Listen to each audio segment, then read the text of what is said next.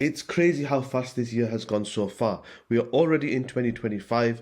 Paper 1 maths is on the 15th of May, and we have got a second round of mocks coming up for most people in the UK.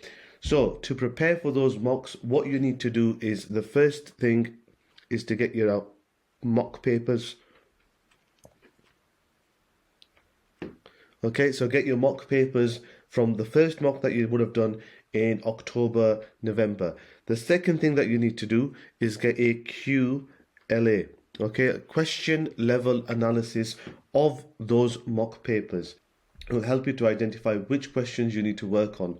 There might be certain topics which you got correct, but certain elements of those topics you need to work on. So mock papers, ask your school for a question level analysis if you don't have one, and ask your teachers how to use the question level analysis as well. Then what you need to do is come up with a revision plan.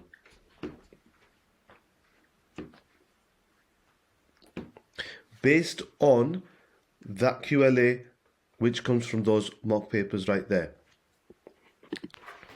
So that revision plan needs to include a topic list, past paper questions. I'm just going to write past paper questions. And I would advise you to make your own notes.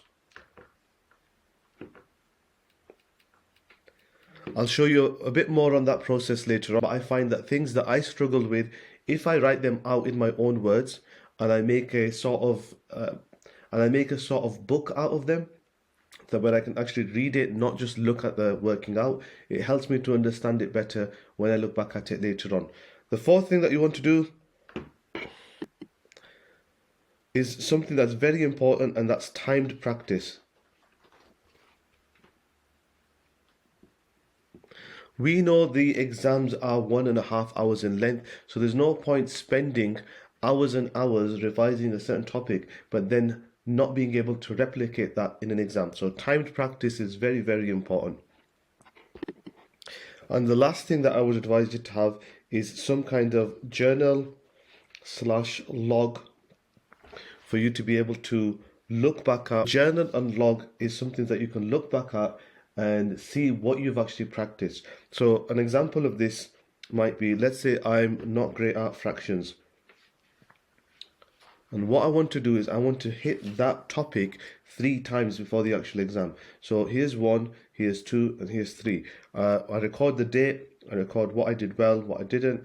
I'll show you a bit more on this later on. But what I want to do is make sure that I've done this 3 times before the actual exam. And then the next topic might be ratio. And I'm going to space it out with some specific dates. I'll do another video on that later on, but hopefully these are the steps that will help you to prepare for those exams that are coming up. So just to recap, get your mock papers if you don't already have them, look through them, check which questions you need to work on. Your QLA is something that you need to get from your school. That should help you to plan for your revision. Then get your topic list from the QLA, get some past paper questions, make some notes on it, and then also timed practice is very important because you need to be able to replicate what you're doing in the exam.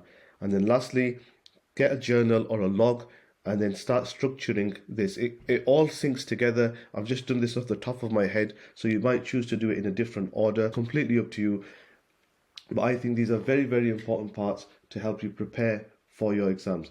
If you feel like I've missed anything off, please leave it in the comments below and I will make sure that I add that in my next video. Thank you very much for watching. See you in the next one.